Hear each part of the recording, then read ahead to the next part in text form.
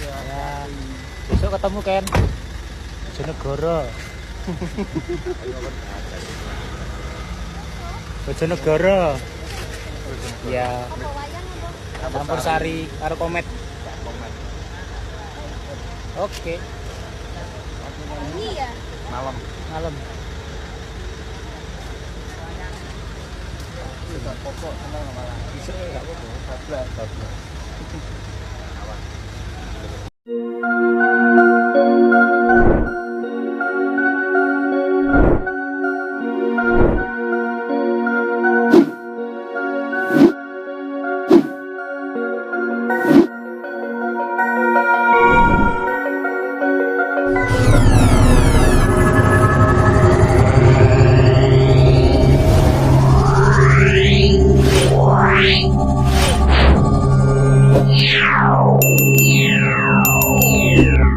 Ya jagat Dewa Bathara ya jagat Pangestungkara. Bratasena, kawruh kuwi pitukane abot lho Bratasena. Syarat saranane ora gampang. Ora mung bondo ning sisip sembire, luput katuranggane, nyawamu sing bakal dadi korban. Ora peduli. Wis kadung madhep Kang Sarta mantep rasane Bratasena. Kabeh mau ana syarat-saranane. Syarat-saranane apa? Maragagi kandhakna Durna guruku. Bratasena, piye? Jeneng sira Bratasena kudu bisa goleki kayu sing jenenge kayu gong susuwing angin. Dene mapan ana ing alas Trik Basara utawa lengkeng Gunung Candramuka. Piye? Kowe saguh apa ora Bratasena?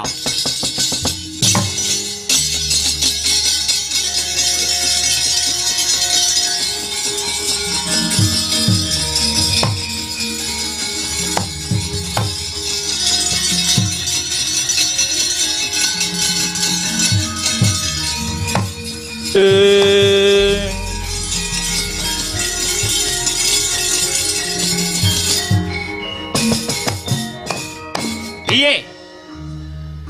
Apa jeneng sira Bratasena saguh mujuti syarat-saranane? Ya kuwi kayu gong susuing angin. Bratasena, mung pangestune Durna guruku kang dak sesuwun. Muga-muga sembodo ingkang sinedya Rahayu ingkang tinemu Basuki ingkang kaesti. Ya, pangestunipun Bapak Gumraja kaya banyu seduda. Muga-muga bisa kasembatan apa sing dadi gegayuhanmu ngger Putra Jentara Bratasena. Kandhanya Sekar Kehadung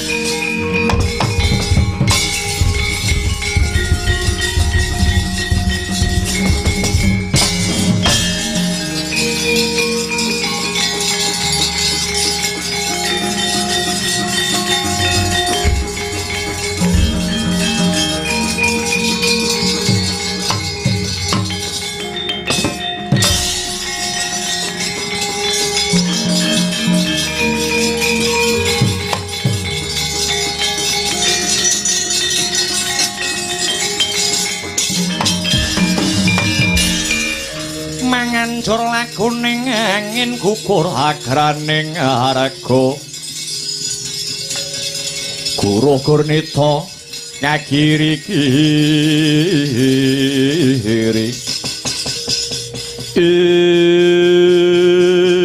kocap kacarita nalika samana Aradyan Bratasena wis prapting ana ing tepining wana Tribasara lan kaing gunung Candramuka. Sigra hamlintir gumbala hangunjal huswa hambekos kadya taksaka hanembur wisa. Alas gong gegerotan kebak gurda ting jenggelek. Pangingkayon sambung sumambung tepung ngamaro gunung. Sigra katrajang dening kridaning sang panenggak padha saknalika bumi horeg Goro Gurnita padas padha gempal jurang samya jugruk wit ingkang gedhe rebah kabarubuh ingkang jero tancepe padha pokah ingkang cethek rungkat sak oyot-oyote watu gilang kinarya onclang gugur agraning arga gumaruduk sabawane nganti kaya gerah ing mangsa labuh buron wana hambyar bubar mawut sarsaran gajah banteng singa barong warsa klawan kidang menjangan dalah iber-iberan otot kenceng ngarenceng wadana ambrabak netra andhek angatirah hanggeget waja Dyan Bratasena ngupadi baya pundi dununge kayugung susuwing angin alas Tribasara kinarya mbat-mbatan Raden Bratasena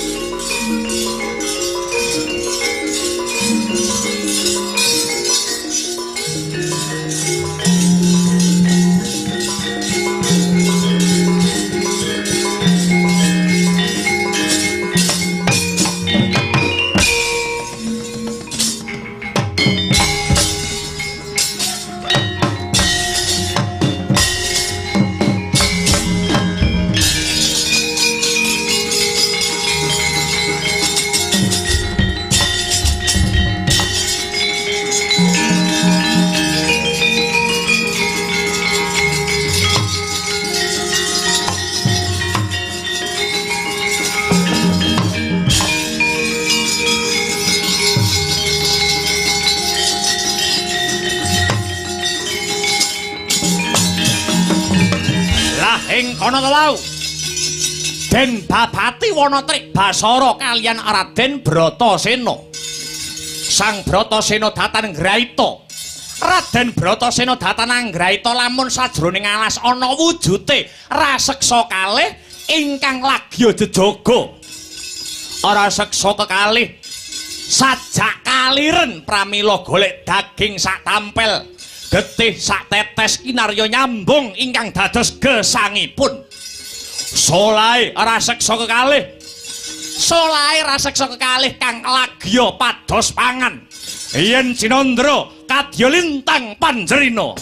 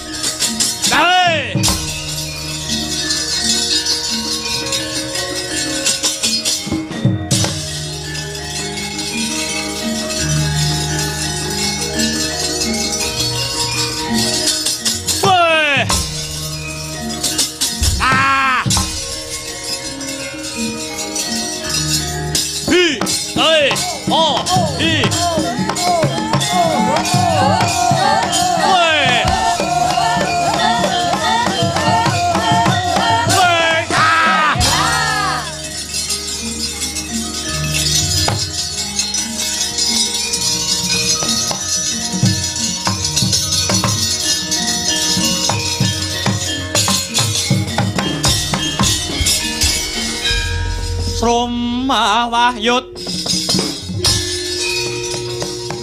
sang raseksa pura rupa mangasat kati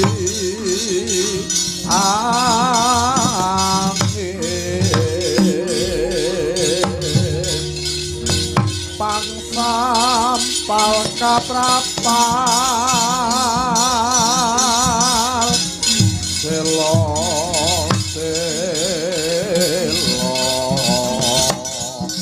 kapalasat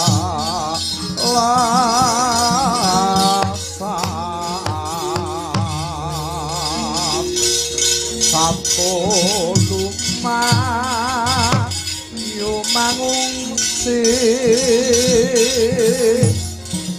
kadyak kakudo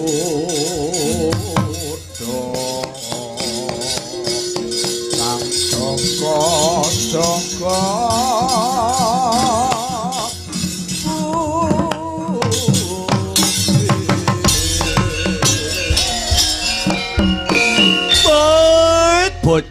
bojleng iblis laknat padha jek-jekan.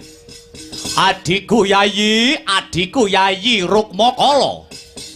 Ana dawuhmu apa Kakang Rukmuka? Pranyata dewa isih adil karo umate Yodi. Kok Kakang Rukmuka kandha kaya mangkono nganggo dasar apa nganggo wewaton apa Kakang? Buktine wis cetha. Nalikane ana ing Alastrik Basara kene wis babar pisan ora ana panganan, ya kuwi wujude kidang kang sarta menjangan. Dewa lah kok malah kirim pangan wujude menungsa Yayi. Ya yen pancen kaya mangkono, ayo enggal ditakoni sapa jenenge lan saka ngendi asale. Aku selak ora kuat ngempet luwe, Kang. Ya sabar luwih dhisik.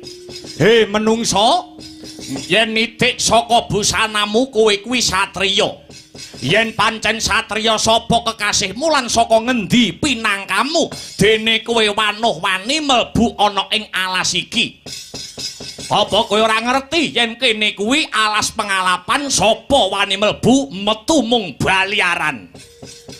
Wah. Edan. Suarane gumleger kaya gempa bumi ya. Suarane wis marem mentah daginge kaya ngopo ya, Kang? Yen bocah iki kelakon dadi panganane awake dhewe, aku request teponge ya, Kang. Aku ngenge ana pupune, Kang. Kowe kok milih pupu sebabe apa? Wis dadi pakulinanku kok, Kang. Aku yen arep nyerang wong sing tak serang pupune sik, Kang. Wong edan malah tekan ngendi-ngendi. Satriya Jodipati Bratasena kekasihku. Bratasena ya Bimasena edan-edanan. Bali takon ana buta loro sak kembaran sapa jenengmu? Aku Kang Baureksa alas kene jenengku Rukmuka. Aku Rukmakala, Gus. Lah banjur kowe manggon ning kene? Aku mituhu dawuh guruku. Goleki wujute kayu gung susuing angin. Yen kowe ngaku kowe sing Baureksa alas kene coba duduhno. Ngendi wujute kayu gung susuing angin? Wah, kuncung nganti gelung lagi weruh kandhamu iki aku. Kowe aja kumbi. Dawe guruku kayu gung susuing angin mapane ana kene. Ah, iya, lali aku, lali Bratasena. Aku ngerti panggonane Kayugung. Susune sapa mau? Susuing angin. Susuh. Iya susuh. Kuwi manggone ning wadukku. Wadukmu ya. Carane njupuk. Carane njupuk metu tutukku mlebu wetengku. Tegese kowe dadi pangananku. Kowe arep mangan aku. Panganen yen kowe arep mangan aku. Ning iling-ilingen kewan cacing kae yen kepidak mesti molet apa maneh jalma manungsa. Panganen Bratasena nek pengin tak bobok wetengmu dina iki. Ya.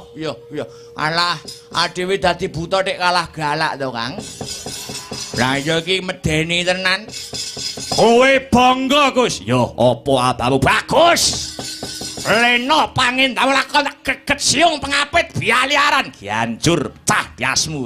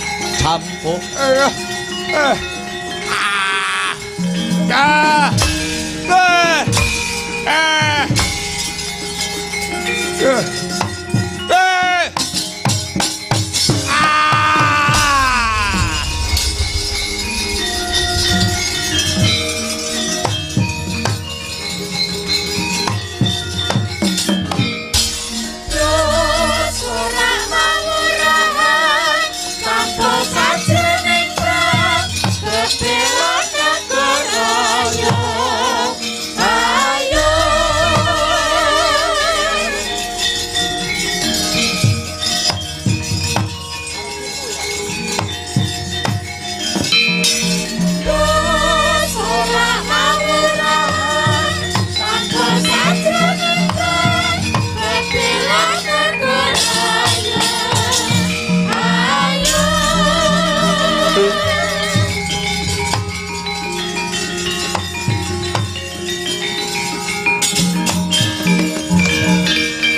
iku saknyatane Kunjang seret winangun Montor kono ngeri Renek temuni Renekku gerangan Merasakan milarsi Angin sasidenan Tanpa kepinjalan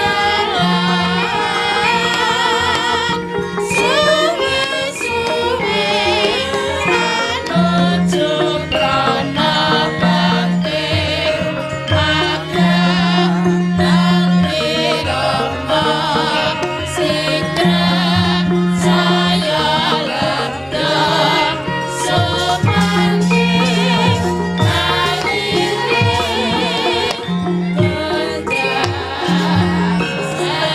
ilang sipating raseksa tinemune jebul Indra lan Bayu Dewaku basaku katuru Hong ilahing sekaring buwana langgeng ya Bratasena wis ulung tampa ora liwat pangestuku tampanana tak gegem dadi jimat Bayu Dewaku sembahku katur ya wis ndak tampa Bratasena dene pangestuku tampanana tak pundi handayanana kasantosan kenang apa sebabe Indra lan Bayu mimba dadi buta ngalas kawruhanana kulup marmane ulun sakloron mimba dadi buta awit saka kena paukuman kelawan pukulun Bathara Guru satemah dadi buta ingkang mapan ana ing alas kene dadi penyebabe kenang apa kok ulun sakloron kena paukuman ora bakal ndak jlentrehke ana kene ingkang wigati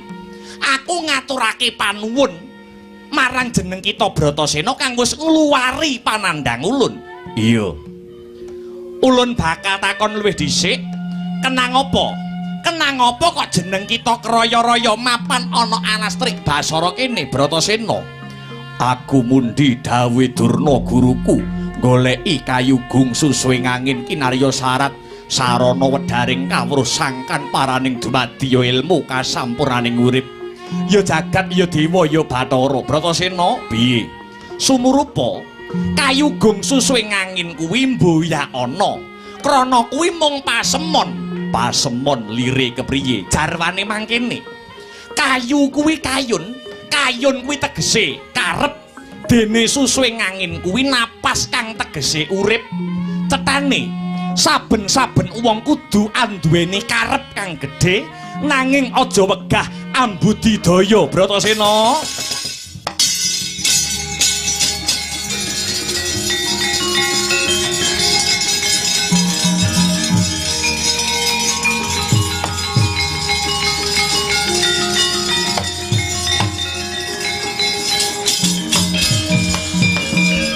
Sino karata mretaratam tutantuning utama titi tetep dadi pangubaning madya tentreming ati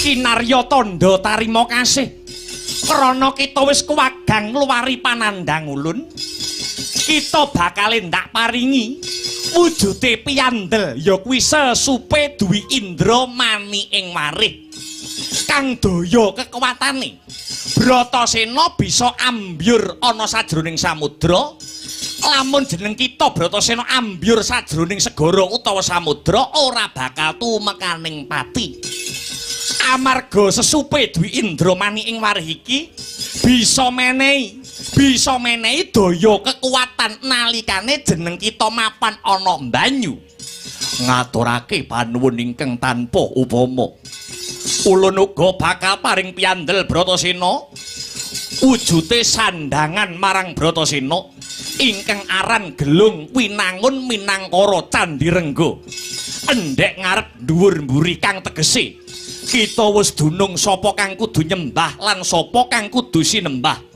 Lan sekabehane laku dharma kang kita tempuh iku unduh-unduhane maguru. Salokane margane weruh sarana takon, margane bisa sarana tetiru. Cekak cukupe gelung minangkara iki dadiya tandha manunggaling Gusti kang murbeng dumadi marang jeneng kita Angger Bratasena. Ngaturake panuwun marang Bayu Dewaku. Reh ne sak mengko ndak wawas wis paripurna mara diagi remna kang dadi paningalmu. Weningna panca indriyamu. Kinarya panjinge sesupe duwi indramani ing marih. Sabanjure ulun bakal nyuwun pamit bablas munggah marang kayangan. Jeneng kita Bratasena tumulinggal baliya ana gurumu Pendhita Durna. Semono uga aku Bratasena, ulun uga bakal bali mring kayangan ngestokake dawuh Indra lan Bayu Dewaku. Mbarengi sintrang samirana.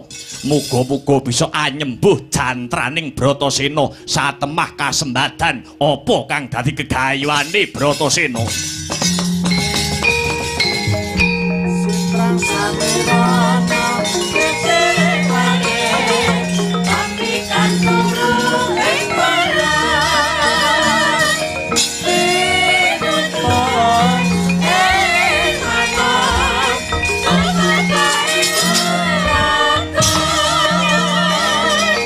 Sintrang samirana kecerewane tapi kan guru ing barang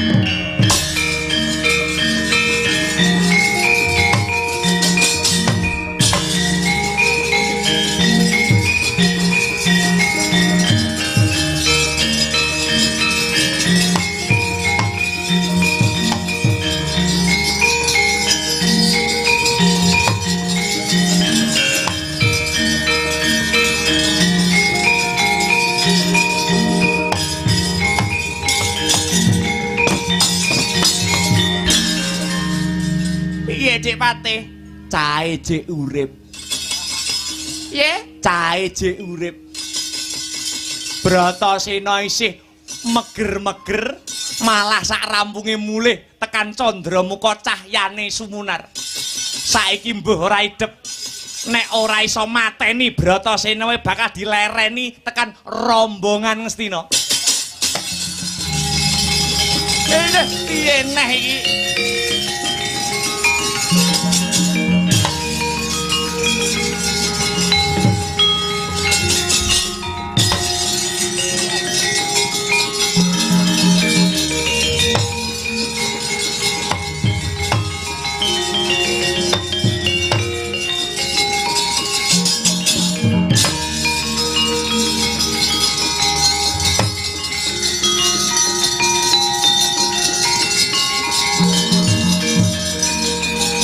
Lenga patra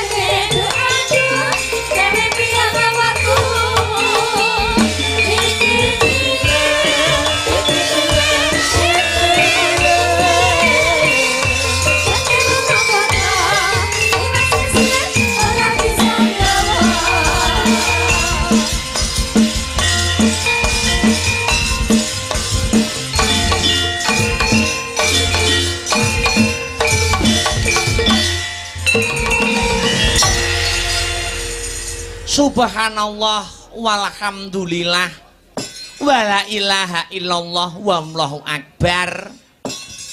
Duh, anakku sing ndak tresnani, anakku sing setinik-tinik, duh anakku bocah ayu limbuk.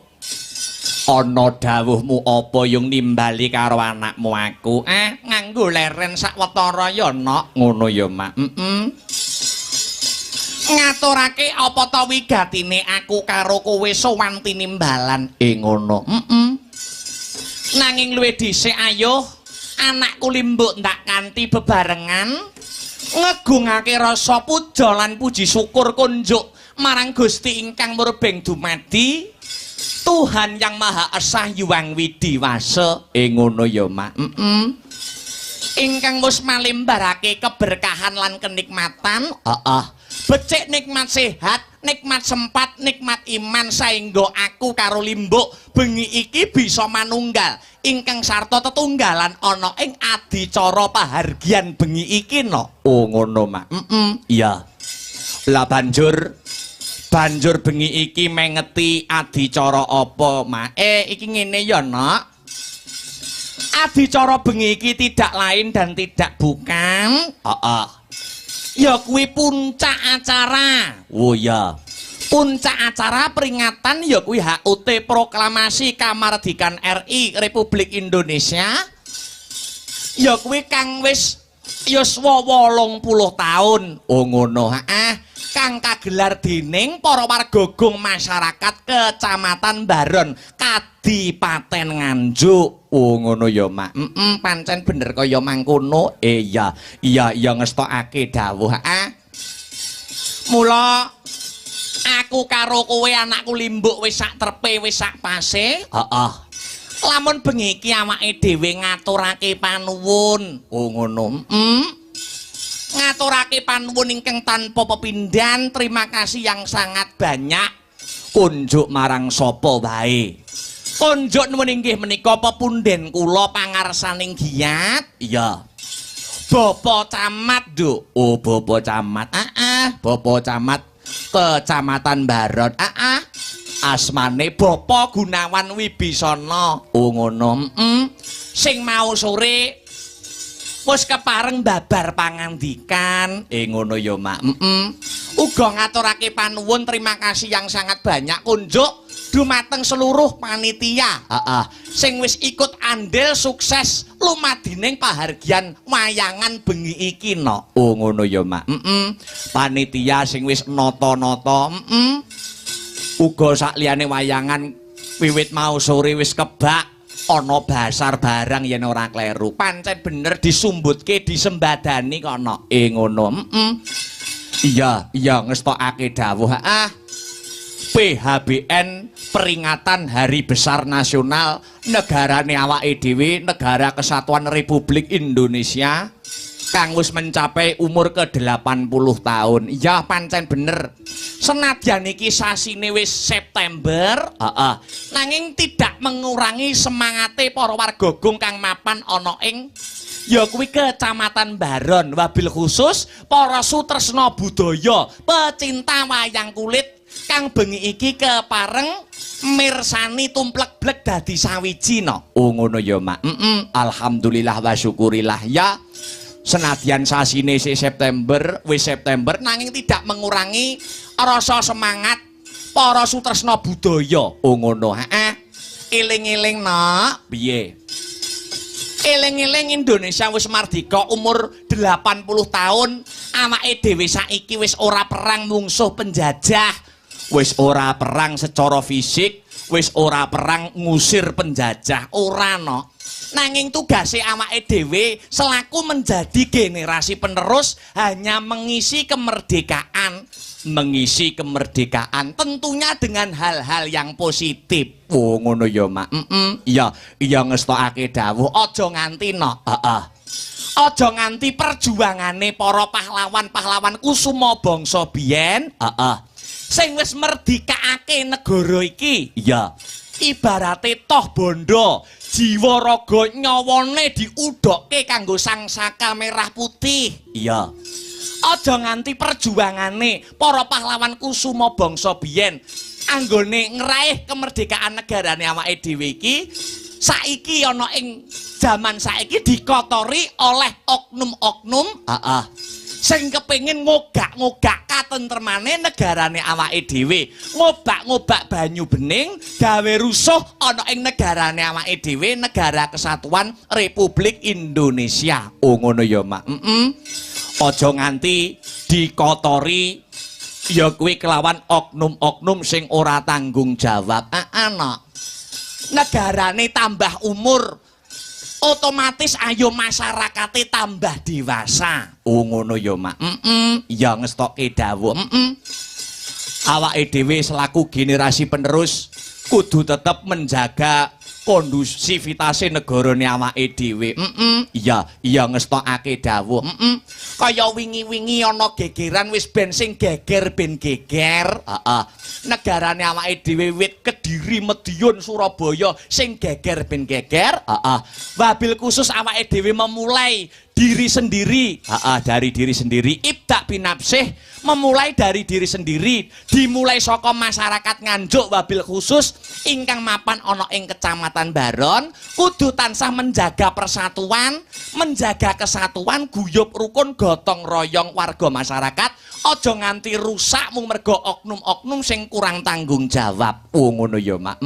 Iya ngestokke dawuh. Upamane demo kaya wingi-wingi ning Jaban Kutha arep menyampaikan aspirasi monggo ning aja ngurusake wujude fasilitas umum. Oh ngono. Upamane fasilitas umum ana sing rusak, ya kuwi mbangune ya nganggo duwite awake dhewe. Oh ngono ya, Mak. Ora wurunga mbangune maneh dandanine meneh ya nganggo duwite rakyat. Oh ngono ya, Mak.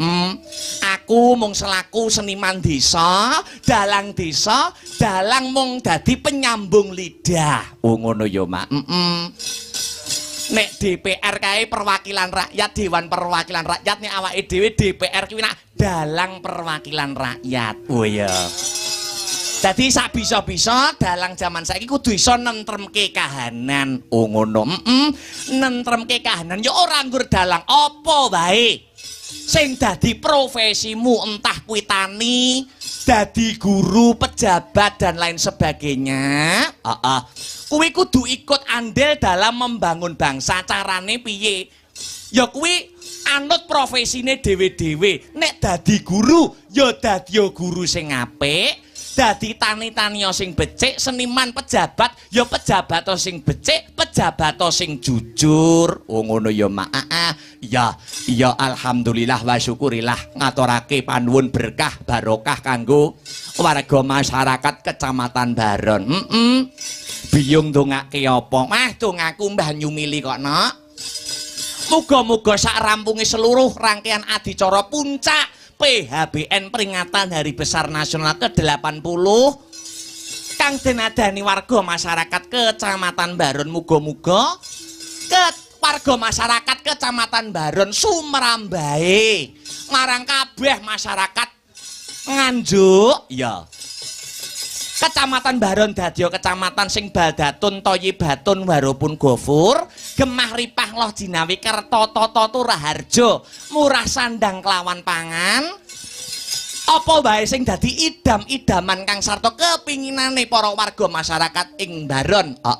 Bisa sembodo ingkang jinangka, rahayu ingkang tinemu, basuki ingkang kaesti, gagah ingkang jinangkah. Amin amin amin Allahumma amin amin ya rabbal alamin. Hasbunallah wa ni'mal wakil. Ni'mal maula wa ni'man nasir. Wala haula wala quwwata illa billahil aliyyil azim.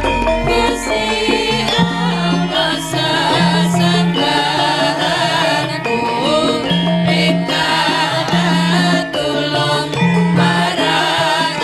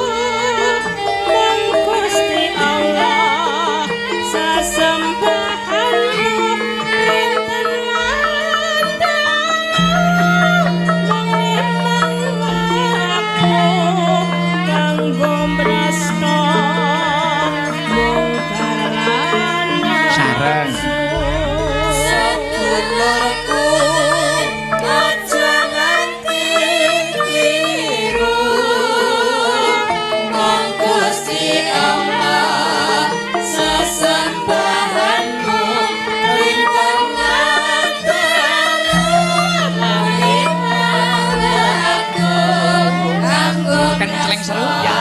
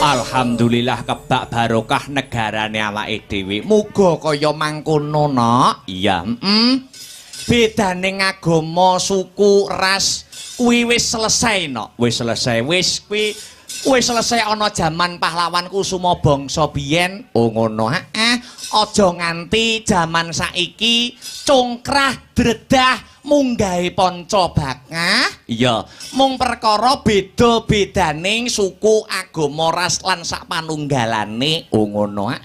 Waton kuwi warga negara masyarakat Indonesia. Iya. Kuwi kudu saling menghormati. Oh ngono ya, Mak. Iya, iya ngestokake dawuh. Tri rukun kudu tetep dicekel kenceng karo para warga masyarakat Kecamatan Baron. Oh ngono. Tri rukun. Satu rukun sesama umat beragama.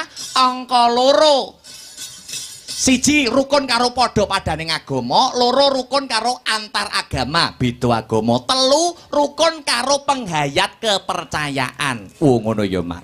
Iya ngestokake dawuh. Islam, Kristen, Katolik, Hindu, Buddha, Konghucu, kuwi kudu beda-bedaning agama kudu tetep dihormati. Ngono ya, Mak. Uga sedulur-sedulur kang ngrasuk kapercayan senadyan to ana negarane awake dhewe, kapercayan mono durung disahkan secara negara, tapi cara pengibadahe, ngibadahi wong-wong kepercayaan juga dilindungi oleh negara kita, Negara Kesatuan Republik Indonesia melalui Undang-Undang Dasar. Oh ngono ya, Mak. Ya, kanca-kanca dulur-dulur sing ngrasuk kapercayaan kudu tetep dihormati. Ngilmu sejati, perjalanan, sabto dharma dan lain sebagainya kuwi kabeh dulur-dulur awake dhewe, tunggal bangsa, tunggal negara. Ngono ya, Mak. Ya, ngestokke dawuh. Bengi iki alhamdulillah sing dianti-anti wis dadi bukti, sing diantu-antu wis lumaku mayangan ana ing Kecamatan Baron. Sesuk bengi uga isih disambung. Sesuk bengi ning ndi? Sesuk bengi ning Sekaran lo Ceret. Oh ngono. Ya, sesuk bengi ning Sekaran, ning Ude apa kok lali aku, Terus bintang tamune uga Mbak Elisa sesuk. Oh ngono. Kepara sesuk ana Mas Komet kelawan Mas Dodok. Oh ngono. Sesuk bengi isih disambung. Sesuke neh ya disambung neh. Ning ndi? Ning Setren. Wo Rejoso. Iki lakone apik no. Sing tanggal pira kuwi ning Setren? Tanggal 13 ya lakone apa Banjaran Gondomana. Wah iya. Kira-kira wong Setrene njaluk lakon sing ndase dalange iso pecah. Iya. Ora apa-apa nek ngono ora sinau mengko. Ora buka buku nek ngono. Iya, ya ngestokke dawuh. Sowan komplit Nak. Ya kuwi kanca-kanca kang kagabung Sanggar Seni Astabrata mijil saka Jalan Mastrip Ganung Kidul Kecamatan Nganjuk Kadipaten Nganjuk. Iya, klungsu-klungsu nderek udu para warga pamiyarsa kang mapan ana ing Kecamatan Baron. Awake dhewe isih ngrumangsani seniman isih junior. Isih akeh kekurangane tinimbang keluwihane. Isih akeh kudu sinau marang para-para pepunden senior dalang. Isih akeh banyak bothekan kang sarta vokabulere karo para-para bapak-bapak kang sarta senior-senior dalang. Oh ngono ya, Mak. Ning awake dhewe sak bisa-bisa ya menehi rasa sing beda. Wah iya ngestokake dawuh. Rasane enak apa ora enak kuwi gumantung ana ilate dhewe-dhewe no. Ya ngestokke dawuh. Sing baku klungsu-klungsu nderek udu ya kuwi berkarya sak gaduking nalar sakadaring lampah ya Mak. Kanthi dasar lan awewaton asor tan anggunggung diri ngalah ora ngalap menang kebak rasa pangapura. Wah iya ngestokke dawuh. Ya iki sadurunge ngaturke tetembangan ya kang sarta iki uga ana Mbak Yuelisa. Ning sadurunge ngaturke tetembangan kanggo pambuka no. Oh ngono salam mukadimah. Ya kuwi jumbuh kelawan kahanan, jumbuhke kelawan swasana lagu-lagu perjuangan. Wah iya. Ya kuwi kanggo ngobarake jiwa nasionalisme, ya jiwa-jiwa patriotismene para warga masyarakat Kukuban Kecamatan Baron sumrambahe kang rawuh masyarakat Nganjuk ana ing adicara bengi iki ngono. Lagu-lagu perjuangan. Oh iya. Dibawani luwih dhisik. Monggo Mas Heru katuran anyalirane Mas. Oh iya, coba kaya ngapa? Monggo Mas. Hanyar korop kinarya mengeti anyar koro kinarya mengeti. Lanjut. Tanggap warasa wiasana goro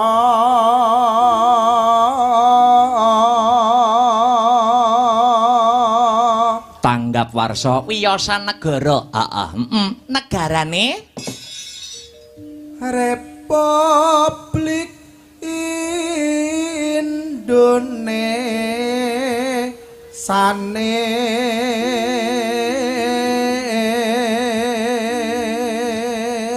Republik Indonesia negarane awake dhewe. Sing sudah mencapai umur pira Mas? Wos walang dasa taun.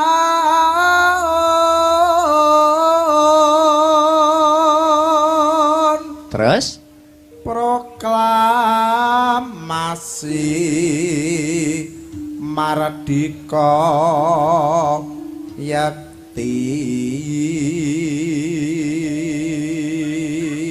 Proklamasi mardika yakti. Bapak proklamatore sinten Mas? Dening Soekarno Hatta.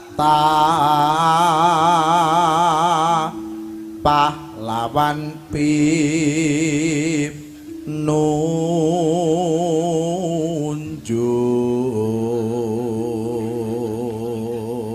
Soekarno-Hatta didukung kali sinten kemawon Mas Bapak Soekarno-Hatta? Sinengkuyung prapejuang,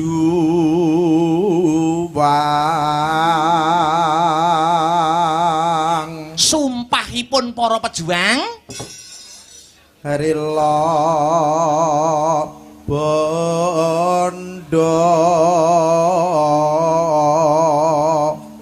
rila donya anderpati.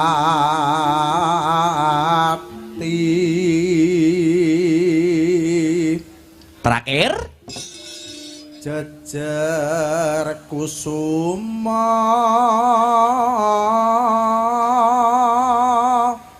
bangsa.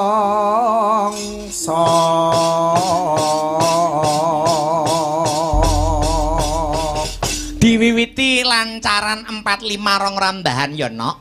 Karya besar ya kuwi cakepane yen ora kleru sing ngripta inggih menika Bung Karno, Presiden RI pertama. Sing aransemen ya kuwi dalang senior almarhum ya kuwi Kinarto Sabdo Semarang. Dua kolaborasi cendikiawan kebanggaan Indonesia. Lancaran 45 rong ramban dibablaske lagu-lagu perjuangan. Ya coba kaya ngapa buka saking tenor Mas. Ya